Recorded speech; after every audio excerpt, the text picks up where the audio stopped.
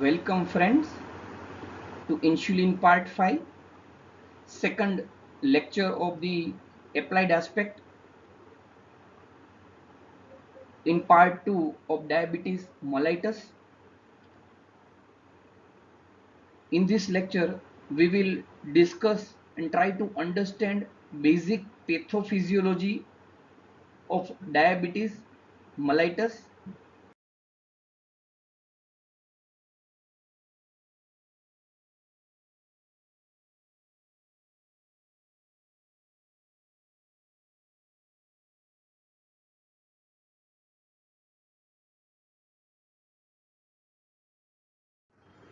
Pathophysiology of diabetes mellitus.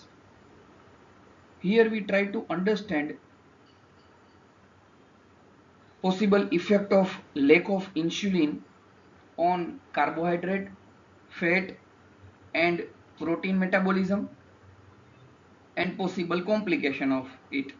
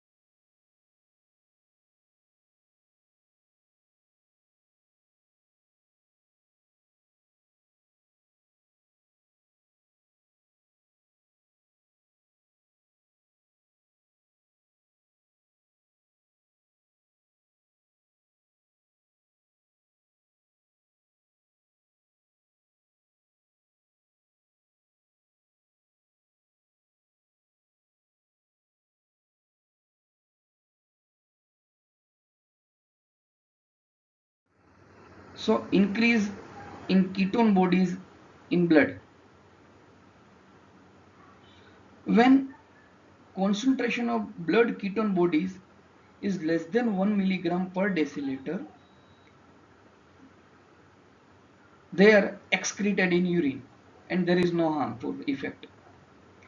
But when rate of synthesis is more of ketone bodies, then its utilization by extrahepatic tissue, there will be accumulation of ketone bodies in blood.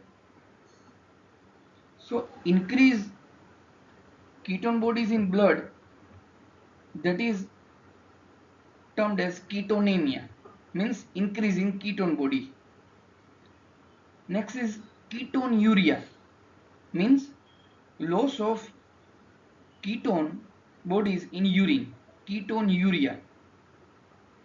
Third, acetone smell, that is basically fruity smell, as acetone is volatile and can be exhaled in the breath. Experienced doctor can diagnose this acetone smell and can diagnose ketoacidosis. So ketonemia, increase in blood concentration, loss of ketone bodies in urine, ketonuria, and third, acetone smell. All three together is known as ketosis. So increase in the ketone body lead to ketosis. Now this ketosis lead to certain complications. First one is metabolic acidosis, as all the ketone bodies are acid, that is acetoacetate, beta hydroxybutyrate. So these are all the acids lead to the metabolic acidosis. Second, reduce buffering capacity. Now because of metabolic acidosis, this bicarbonate in the which are present in the blood are used to buffer the acids. So bicarb are used to neutralize this acid. As a result, buffering capacity of blood overall is reduced. Next is Kussmaul's breathing, that is abnormal breathing typically present in metabolic acidosis.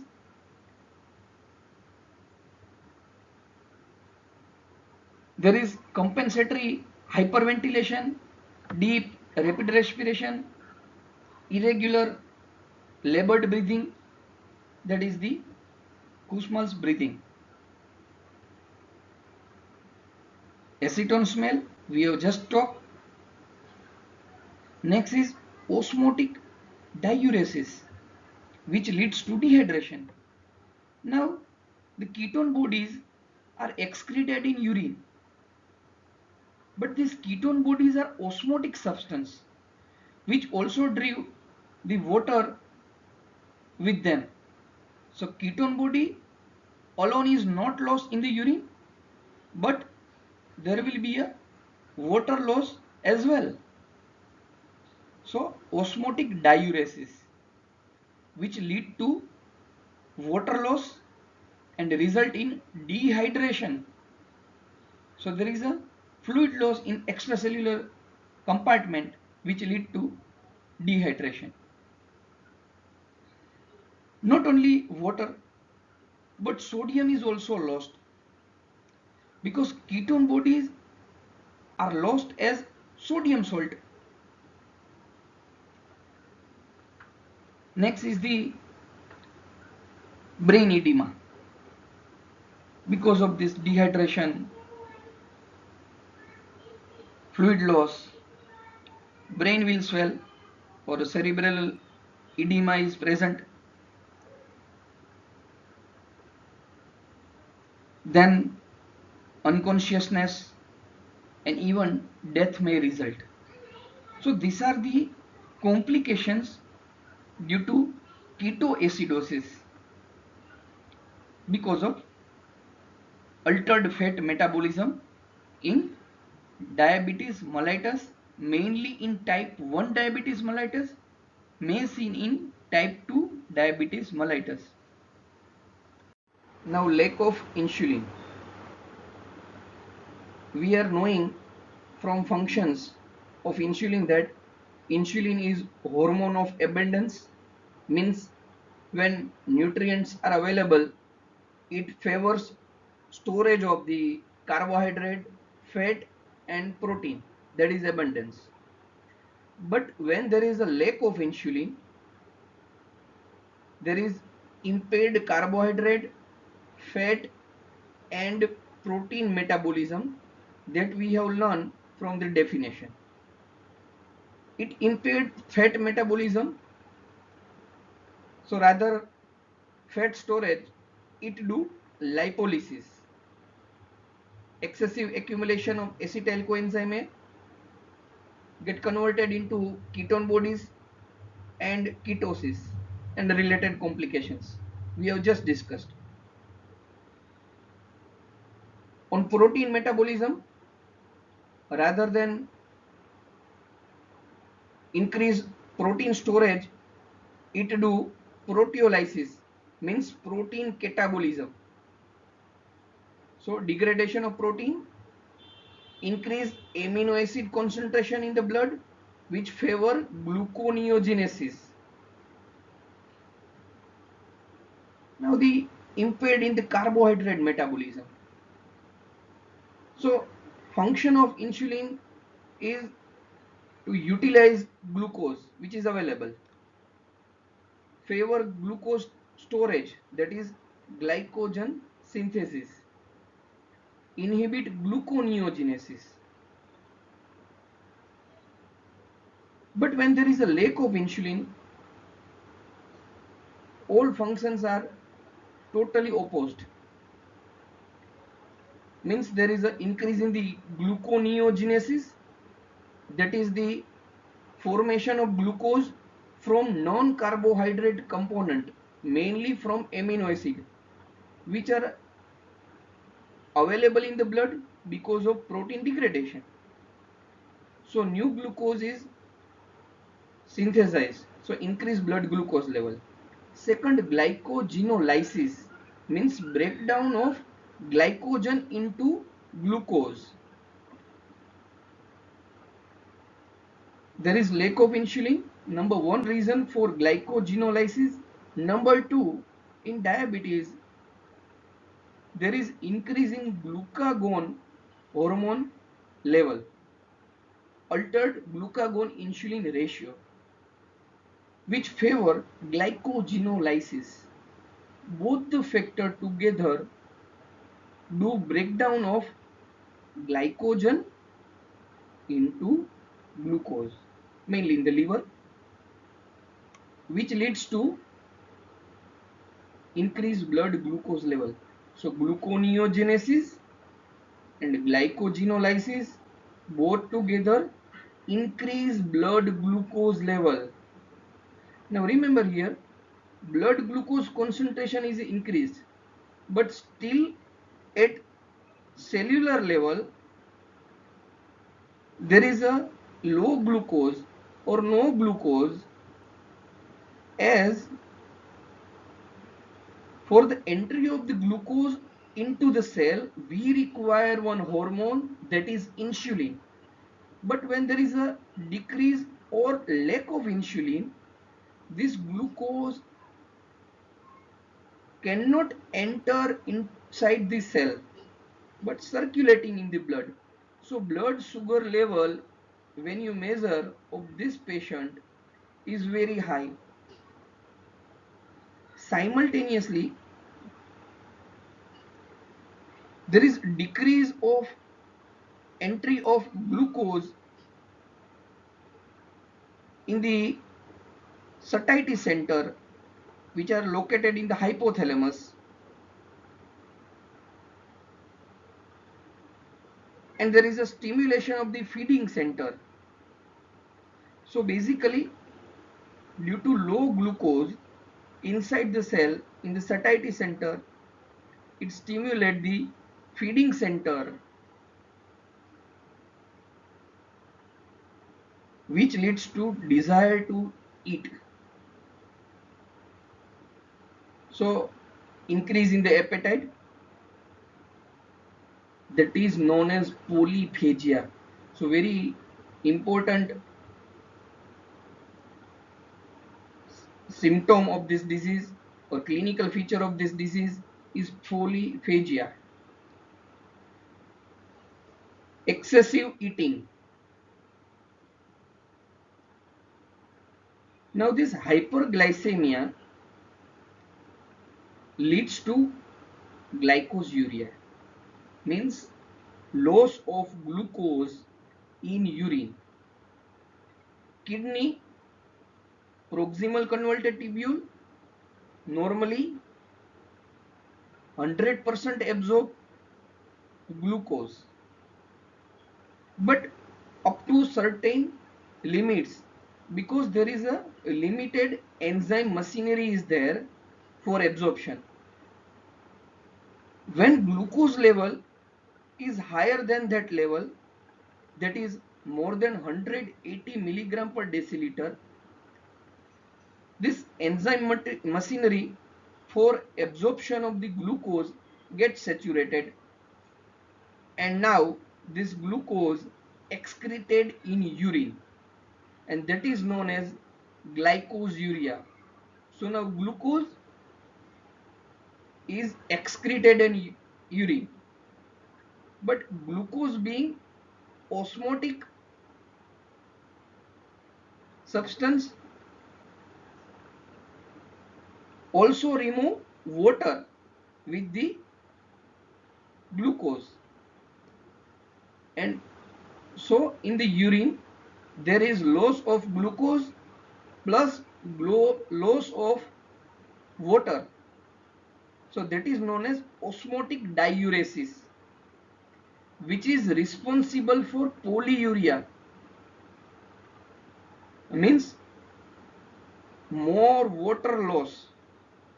Normal urine output is 1 to 1.5 liter, but in diabetes patient this urine output more than 1.5 liter. Second, there is increase in the frequency, means he has to, or he has desired to micturate many a time in a day, which is abnormal. That is due to autonomic nervous system dysfunction. So polyuria. Second is the polydipsia. So hyperglycemia along with the excretion of the glucose, water is also lost in the urine, which leads to the decrease volume of fluid in extracellular fluid. So there will be dehydration. So we can say there is decreased body water.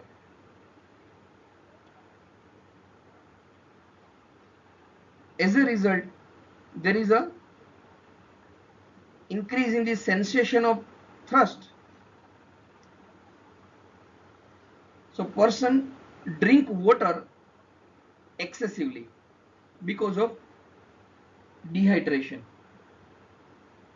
So three important clinical feature of diabetes mellitus. One is polyphagia, excessive eating; polyuria, excessive urine;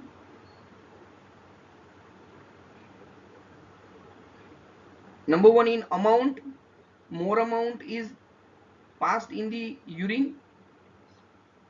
Second, increase in the frequency.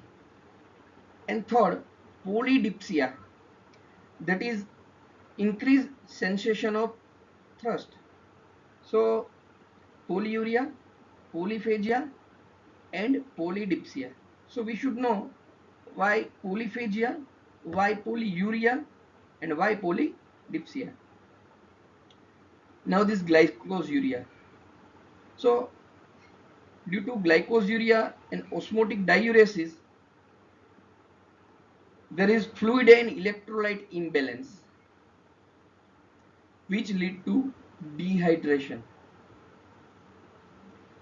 So as I mentioned, glucose being osmotic and its concentration increases in the extracellular fluid,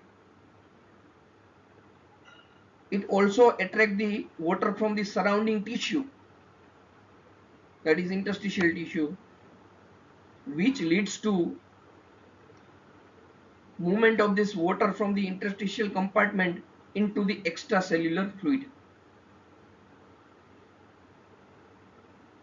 So more blood volume is there now because of hyperglycemia for prolonged time, and that is responsible for two things. Number one, cellular dehydration, very important, and second is because of increase in the blood volume, there is high blood pressure. So many a time those having a uncontrolled diabetes for longer time will develop hypertension. Now dehydration, we should understand exactly what is the effect of this dehydration.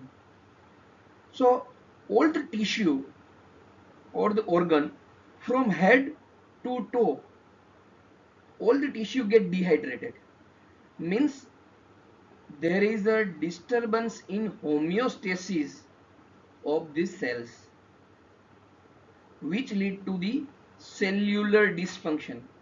For example, there is damage to the kidney or damage to the liver or heart or any organ or any tissue, damage to the retina. Everything is because of this dehydration. So dehydration is very small word, but it is responsible for all the complications, all the problems of the diabetes mellitus. Now there is a loss of glucose in the urine,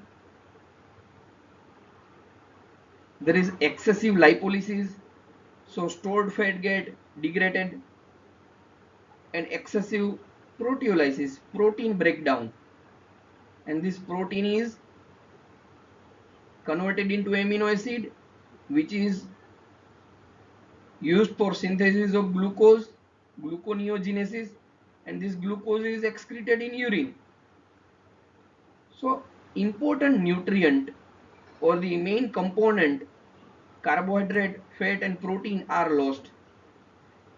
As a result, mainly the patient of this type 1 diabetes and sometimes type 2 diabetes present with the weight loss, excessive weight loss. That is because of glycosuria, excessive lipolysis and excessive protein catabolism. And because of excessive protein catabolism, the muscle mass, skeletal muscle get weak, which is responsible for muscle wasting. So this is the basic pathophysiology of diabetes mellitus. Symptoms of diabetes mellitus means what patient tells to doctor, that is symptoms, and what is identified by the doctor, that is known as sign simply. So symptoms of diabetes mellitus we have already discussed: polyuria, polyphagia and polydipsia are the three main symptoms. Other are the delayed wound healing and the weight loss. So first of all, polyuria. So here increase in the frequency of the urination and quantity of the urine is also increased because of the hyperglycemia, and glucose being osmotic substance, also lose water with the glucose in urine. So polyuria. Second, polydipsia, that is increase excretion of water in urine. There is decrease body water. So cellular dehydration overall.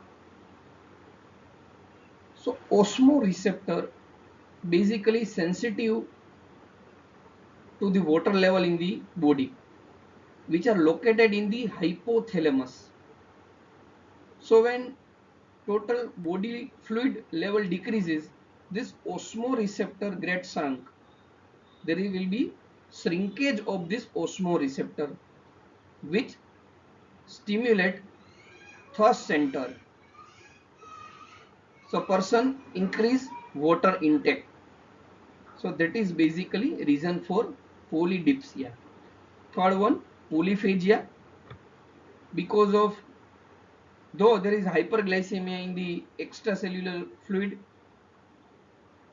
in the blood, but this glucose is not able to enter inside the cell. So cellular level, if you think, that is hypoglycemia. So decrease entry of glucose in all the cell of the body, including satiety center, which are located in the hypothalamus. So they stimulate feeding center, which are also located in the hypothalamus, which leads to excessive eating. So increase food intake in the diabetic patient. So polyuria, polyphagia, polydipsia. Weight loss because of excessive proteolysis, lipolysis, glycosuria, and lastly delayed wound healing. So these are all the symptoms, common symptoms told by the diabetic patient. Basic complications of diabetes mellitus: elevated blood glucose level for longer period of time, increase aldose reductase, which synthesize sorbitol in the cell, and this sorbitol basically inhibit sodium potassium ATPase pump, responsible for the many complications. So first one is the ketoacidosis. Ketoacidosis and related complications we have just discussed in the previous slides. Then microvascular complications, retinopathy, nephropathy, so damage to retina, damage to kidney. So I advise all the diabetic patients, go for retina checkup once in a year. Then macrovascular complications, myocardial infarction, stroke due to atherosclerosis because of the impaired fat metabolism, lack of the insulin, do excess lipolysis, which leads to increase blood cholesterol level, which is responsible for the atherosclerosis, and atherosclerosis leads to ischemia, stroke. Next is the neuropathy. Neuropathy of the autonomic nervous system and peripheral nerves. So peripheral neuropathy or autonomic nervous system dysfunction in ANS dysfunction, mainly impaired bladder control. So dribbling of urine, not able to control the voiding, impaired cardiovascular reflex, reduce sensation in extremities. So these are the complications related to ANS dysfunction. Then chronic ulceration. Hyperglycemia produce Amadori product to form advanced glycosylation end products. So this basically Amadori product form advanced glycosylation end products which damage the cell and interfere with the leukocyte response to the infection. As a result, there will be a delayed wound healing. Next is the gangrene, mainly of the lower limb. So always advise diabetic patient to check the food daily. Ask him or train him for the change in the color in the lower limb. If any present, then immediately contact the doctor, because lower limb is many a time neglected part, bleeding or ulceration for many days, and even patient is not knowing because of the peripheral neuropathy. So ask him to check the lower limb every day. So these are the complications, basic complications of the diabetes mellitus. So that's from today's lecture. Thank you. Jai Swaminarayan.